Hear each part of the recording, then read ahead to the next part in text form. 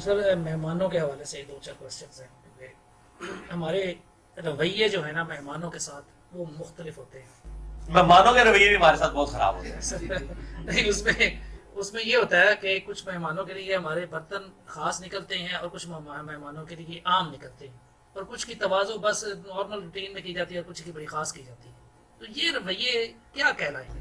اس سے پہلے میں مہمانوں کو پوچھتا ہوں کہ مہمان تو 1-2 دن کے لیے آتا ہے, 15 دن کے لیے آ کے بیٹھ جانا بہنوں کا بھائیوں کے گھروں میں, یہ حرام ہے؟ ان کی فیملی لائف ڈسٹرب کرتے ہیں. یہ مجرم تو بڑے, جس طرح مطلب میں مقتدیوں کو تو بعد میں پوچھوں گا, پہلے تو امام مشتوں کو مجرم کہوں گا نا, کہ جن کے نمازی صحیح نماز نہیں پڑھتے, وہ خود نماز صحیح نہیں پڑھتے, ایجوکیٹ نہیں کرتے.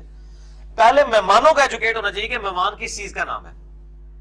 2 دن یا 3 دن احادیث کی روشنی میں, یہ مہینے آگے بیٹھ جانا, یہ مانو پھر بچوں سمیت آ جانا, پھر اگلے بندے کے پاس گھر میں بھی اتنی جگہ نہیں ہے, بھی تو ظلم ہے نا. تو کیا وہ آپ کو روزانہ, وہ خود تو بیچارہ اس نے یعنی ہفتے میں 1 دن مرغی کھانی ہے, اور آپ مہمان بن کے گئے تو آپ کو روزانہ مرغی کھلائے. وہ مہمان بھی تو یہ ایکسپیکٹ کر رہے ہوتے ہیں کہ جی ہمیں اسپیشل کھلائے, لیکن میزبان کا عام کھانا وہی ہے, تو مہمان کو بھی چاہیے عام کھانے کے اوپر اکتفا کریں. برتنوں والا معاملہ یہ ہے کہ وہ تو اس کی ذاتی چوائس ہے کہ وہ کسی کے لیے کیا پروٹوکول کرنا چاہتا ہے, کسی کے لیے کیا پروٹوکول کرنا چاہیے. گندے برتن نہ ہو. باقی اس کو یہ نہیں ہونا چاہیے کہ اس کو جناب شیشے میں ملایا, مجھے ماربل میں کھلا دیا, اس کو پلاسٹک میں کھلا دیا. یہ نانسنس بات ہے. اس میں مہمان کو مطلب شرم کرنی چاہیے. میزبان کا حق ہے کہ وہ جو مطلب کر سکتا ہے خدمت وہ کرے. وہ کوئی پابند نہیں ہے کہ کسی کو اعلیٰ درجے کی کر رہا ہے, اس کو لوور درجے کی کر رہا ہے. صرف اس کو ایتھیکلی آپ کہہ سکتے ہیں, اخلاقی طور پہ. شریعت کی کوئی کہیں نہیں ہے حدیث میں کہ جی آپ نے فلاں کو ماربل کی پلیٹوں میں کھانا کھلانا ہے اور فلاں کو یہ کھانا ہے, یہ سب کو برابر ہی کھلانا ہے. صرف یہ کہا گیا تم جو اپنے لیے پسند کرتے ہیں وہ دوسروں کے لیے بھی وہی پسند کرو, جو بخاری مسلم میں ہے.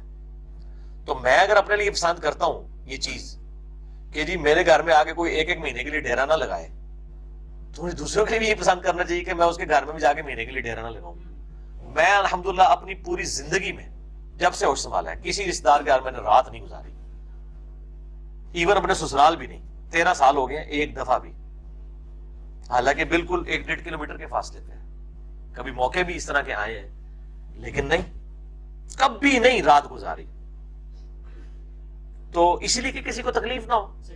تو مہمانوں کو پہلے دیکھنا چاہیے کہ میزبانوں کے حقوق کیا ہیں. میزبان نے تو بیچارے نے یار وہ تو پھنس گیا ہوا ہے نا, وہ کرے گا کچھ دلی کے ساتھ جو کچھ کرنا ہے. تو آپ ان کو ایجوکیٹ کریں, وہ اس کی اپنی ثوابدید ہے, جو وہ مطلب کر سکتا ہے وہ پیش کریں, اس کے اوپر کوئی گدگن نہیں لگا سکتا.